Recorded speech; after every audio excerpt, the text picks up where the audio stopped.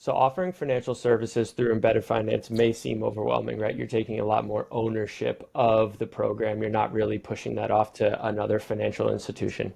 So how does your team help navigate companies through these new implementation processes that they may not have experienced in the past? Yeah, we fully understand that wading into the world of embedded finance and offering financial products to end consumers, customers is can be daunting if it's not something that you've tackled before. And the approach that we take is consultative and educational. And so during an implementation, while we are plugging everything in and making the solution work from a technical perspective and so forth, we're also having regular workshops with the experts on our side on all of the various topics that a client should know about.